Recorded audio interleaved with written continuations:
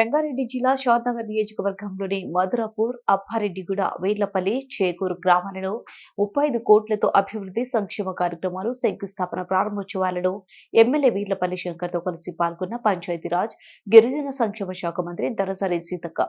ఈ కార్యక్రమంలో కాంగ్రెస్ నాయకులు, కార్యకర్తలు పెద్ద ఎత్తున పాల్గొన్నారు.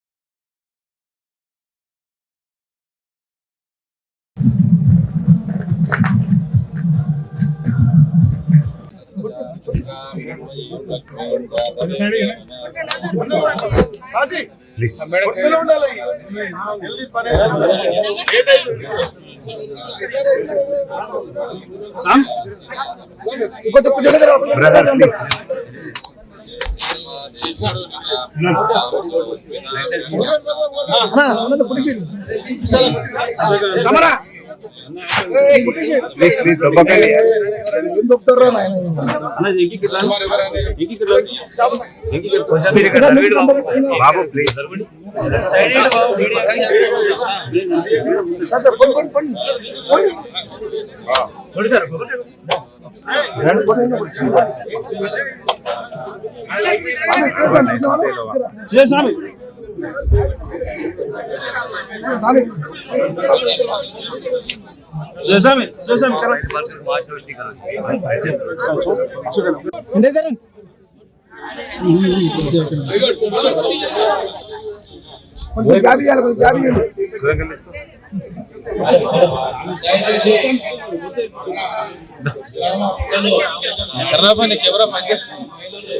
నీకెవరో పనిచేస్తుంది టైం వచ్చినప్పుడు బైక్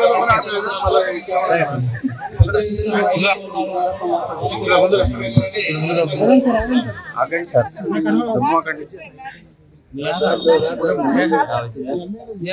पूरे मुनिया दिख रही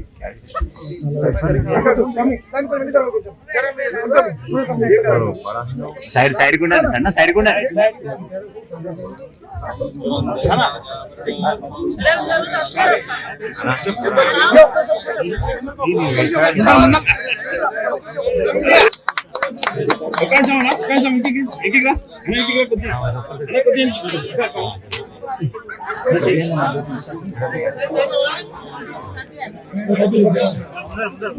వాడుకొని మంచిగా ఎదిగి నలుగురికి ఉద్యోగం ఉపాధి మీరు కల్పించినట్టుగా మీ పిల్లల్ని చదివించుకొని వాళ్ళు కూడా 10 మందికి ఉద్యోగాలు ఇచ్చే కంపెనీలు పెట్టుకున్నట్టుగా లేదా ఉద్యోగం చేసుకొని వాళ్ళ కింద 10 మందికి మరి ఒక ఆఫీసర్ గా వాళ్ళ పై ఆఫీసర్ గా ఎదిగేటట్టుగా మీ పిల్లల్ని తీర్చిదిద్దుకోవాలని కోరుకుంటూ అందరికీ నమస్కారం.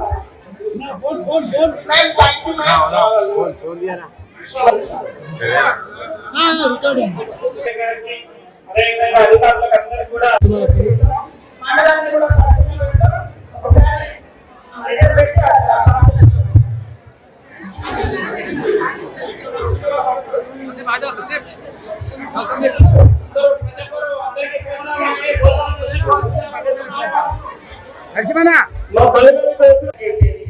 బస్ ఎక్కుదామంటే పైసలు ఉంటే తప్ప బస్ ఎక్కే పరిస్థితి లేదు.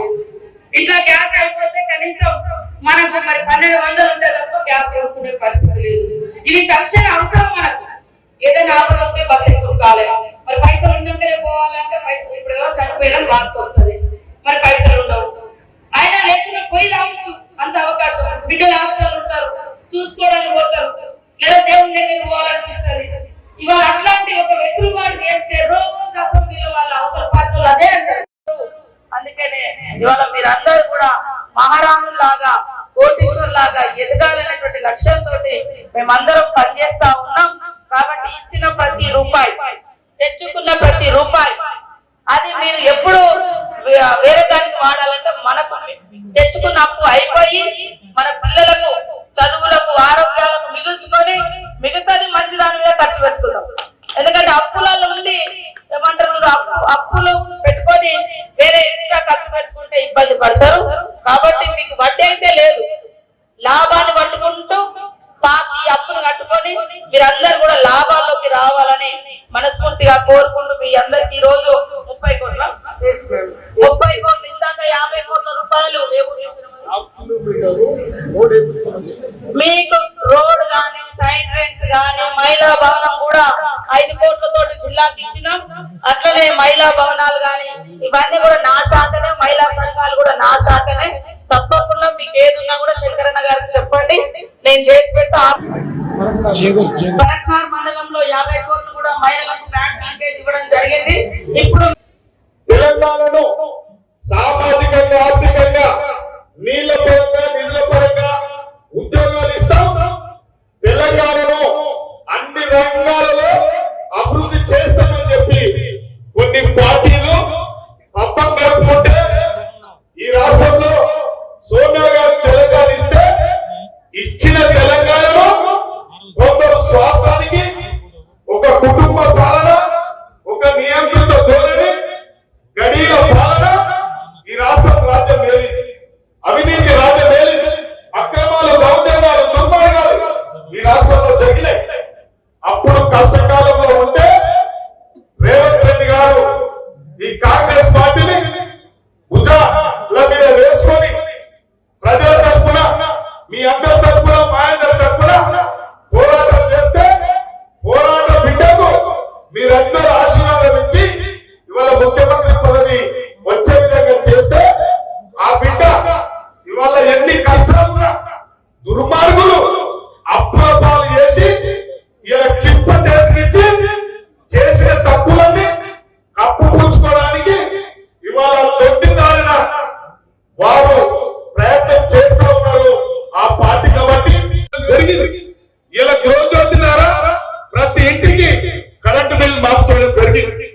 మీ అందరికి తెలిసి వల్ల ఈ రాష్ట్రంలో మహిళలను, మహిళా సంఘాలను నిర్లక్ష్యం చేస్తే ఇవాళ గత ప్రభుత్వం రాజశేఖర రెడ్డి ఉన్నప్పుడు ఏ విధంగా అయితే మహిళా సంఘాలకు ముఖ్యంగా ప్రాధాన్యత ఉండే, ఈ 10 సంవత్సరాల నుంచి మహిళా సంఘాలను నిర్వీర్యం చేసి వాళ్ళను నిర్లక్ష్యం చేస్తే ఇవాళ కొత్త ప్రభుత్వం, ఇలా మీ ప్రభుత్వం వచ్చిన తర్వాత అన్ని రంగాలలో మహిళలకు అత్యంత ప్రాధాన్యత కల్పించాలనే సంకల్పంతోనే ఇవాళ సీతక్క గారికి ఈ యొక్క మహిళా సంక్షేమ శాఖ ఇస్తే ప్రతి మహిళా గ్రూపుకు ఇవాళ చూస్తా ఉన్నారు. దాదాపు ప్రభుత్వం వచ్చిన తర్వాత 100 కోట్ల వరకు మహిళా సంఘాలకు ఇలా లోన్లు ఇవ్వడం జరిగింది.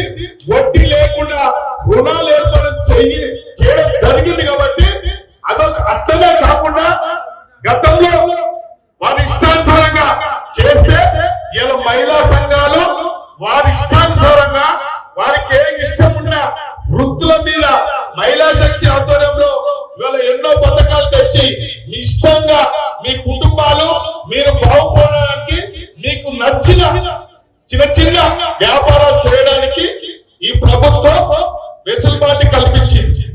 మీరు అర్థం చేసుకోండి. వల్ల సంక్షేమంతో పాటు మీ మహిళా సంఘాలు బాగుపడడానికి సీతక్క నిరంతరం కృషి చేస్తా ఉంది. కాబట్టి మీకు మళ్ళా పూర్వం దశ ఇలా మహిళలు ఎక్కడికి పోయినా మహిళలను వల్ల పూర్తిగా ప్రాధాన్యత కల్పిస్తున్న ప్రభుత్వం ఏదైనా ఉందంటే అది రేవంత్ రెడ్డి గారి ప్రభుత్వం, కాంగ్రెస్ ప్రభుత్వం. సీతక్క మంత్రి శాఖ ద్వారా జరుగుతా ఉంది. కాబట్టి ఇంకా అభివృద్ధి గురించి చూస్తే మీ అందరికి తెలుసు. శివ చెప్పాడు, వాస్తవాలు చెప్పాడు. ఆయన కూడా చిన్న తప్పిదం వల్ల అక్కడ ఉండే ఆ రోజు అడుగడుగున ఇబ్బందులు పడ్డాడు. నేను కూడా అడుగడుగున ఇబ్బందులు పడ్డాడు. ఇవాళ ఈ విధంగా ఉందంటే వేదిక మీద ఉన్న పెద్దలు నాది కూడా కృషి ఉంది.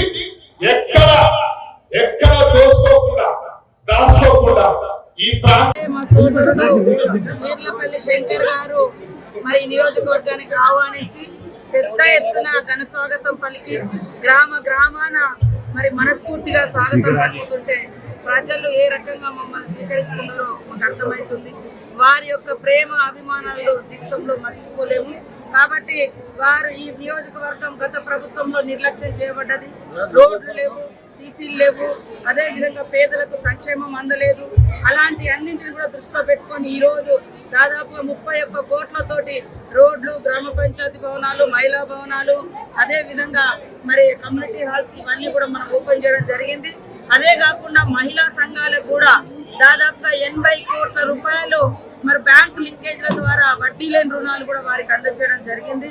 మహిళల యొక్క ఎదుగుదలే సమాజ ఎదుగుదల, మహిళా అభివృద్ధి సమాజ అభివృద్ధి అని ఆనాడు డాక్టర్ బిఆర్ అంబేద్కర్ గారు చెప్పినటువంటి స్ఫూర్తితోటి సీఎం రేవంత్ రెడ్డి గారు కూడా మహిళలను పెద్ద ఎత్తున మహిళా సంఘాలలో చేర్పించాలి, 1 కోటి మంది చేయాలి, వాళ్ళని కోటీశ్వరులను చేయాలని కళలతోటి మేము ముందుకెళ్తా ఉన్నాం. దానిలో భాగంగానే ఉచిత బస్సు కానీ, మహిళా సంఘాలకు వివిధ వ్యాపారాలు కానీ, హైదరాబాద్ శిల్పకళా వేదికగా మరి మార్కెటింగ్ సౌకర్యం కానీ, మరి ఉచితంగా విద్యుత్ కానీ ఇళ్లకు, అదే విధంగా గ్యాస్ కూడా 500కి ఇవ్వడం కానీ, ఇవన్నీ మహిళల మీద భారం పడకుండా స్వేచ్ఛగా వాళ్ళు వ్యాపార రంగంలో రాణించాలని లక్ష్యంతో పనిచేస్తాను. ఇవన్నీ వదిలిపెట్టి ఇవాళ బీఆర్ఎస్ వాళ్ళు చీరలు ఎప్పుడు పంచుతారు అంటున్నారు. అయ్యా, ఏడాదిలో మీరు ఒక చీర పంచి, కానీ మేము రోజు వాళ్ళు ఎప్పుడైనా ఏ అవసరంకైనా వెళ్ళిపోతే ఉచితంగా బస్సు ప్రయాణం నడుస్తుంది. మీరు ఈరోజు 100 ఎకరాల ఫామ్ హౌస్లలో కూడా ఫ్రీ కరెంటు పెట్టుకున్నారు, కానీ పేదింటి బిడ్డలకు ఉచితంగా 100 యూనిట్లు కూడా మీరు కరెంట్ ఇవ్వలేదు. ఇవాళ మేము ఉచితంగా కరెంట్ ఇస్తా ఉన్నాం. ఆ రోజు మేము 500 ఉన్న గ్యాస్ మీరు వచ్చిన తర్వాత 1200 నుంచి వాళ్ళ దగ్గర 700 అదనంగా గుంజారు, కానీ ఈరోజు 500కే గ్యాస్ ఇస్తున్నాం. ఇవన్నీ చూసి తట్టుకోలేక ఇవాళ రైతు భరోసా కూడా ఇస్తా ఉంటే పేదోళ్ళ పోతుంది. రైతు భరోసా పట్టాలు చేసుకున్నారు, ఈడ సాగులో ఉన్న వాళ్ళకే పట్టాలు లేవు. అలాంటి వాళ్ళకి అసలు పంట పండించే కష్టపడే రైతన్నకు రైతు భరోసా, రైతు బంధు ఇవ్వలేము. మీరు కేవలం మరి రోడ్ల మీద కూడా ఇచ్చుకున్నారు. అట్లా 22,000 కోట్లు అది ఎవరి సొమ్ము? పబ్లిక్ సొమ్ము. నీకు ఇష్టం వచ్చినట్టు పంచుకోవడానికి నీ ఇంట్లో సొమ్మా, నీ ఫామ్ హౌస్ సొమ్మా? అర్థం చేసుకోవాలి, అడగాలి. ఇక్కడ ఉన్నటువంటి యువత కూడా, రాష్ట్ర మహిళలు కానీ యువకులు కానీ అందరికీ అంటే ఆయన ఆల్రెడీ 1000 ఎకరాలు ఆసానికి కూడా రైతు బంధు ఇవ్వంటే ఎట్లా నడుతుంది ఇది? మరి అసలు లేని పరిస్థితి ఏం కావాలి? ఇది ఎవరి డబ్బు? పబ్లిక్ డబ్బు. కాబట్టి ఫస్ట్ వెల్ఫేర్ అంటేనే పేదల్లో ఫస్ట్ చెందాలి, తర్వాత మిగతా ప్రజానికాన్ని చెందాలి. అట్లా కాకుండా గత ప్రభుత్వం పేదోళ్ళని పూర్తిగా నిర్లక్ష్యం చేసింది. అందుకనే కష్టపడే రైతులకు, పంట పండించే పొలాలకు అవి రైతు బంధు ఇవ్వాలంటే దాన్ని తట్టుకోలేకపోతున్నారు. కాబట్టి ఈరోజు రైతు భరోసా కానీ, రేషన్ కార్డులు కానీ, ఇందిరమ్మ ఇండ్లు కానీ ఇవన్నీ కూడా పేదల సంక్షేమాన్ని దృష్టిలో పెట్టుకొని తీసుకొచ్చిన స్కీమ్స్. డైరెక్ట్ గా పేదలకు ఫస్ట్ న్యాయం జరుగుతుంది. ఇవాళ ఒక దిక్కు అంతరాలు పెరుగుతున్నాయి సమాజంలో. కోటీశ్వర్లు 1000 కోట్లు సంపాదిస్తున్నారు, పేదోడు కనీసం తినడానికి కూడా తిండి లేకపోతున్నాడు. అలాంటి వాళ్ళని ఫస్ట్ ప్రయారిటీగా మనం చూడాలి. ఆ దృక్పథం సమాజంలో రావాలి. అన్ని నాకే రావాలని కాదు, అందరికీ రావాలి. పేదోళ్ళకు ఫస్ట్ కడుపు నిండాలి అనేటువంటి లక్ష్యంతో ఈ ప్రభుత్వం పనిచేస్తుంది. దీవించాలి అని ఈ సందర్భంగా ప్రజాని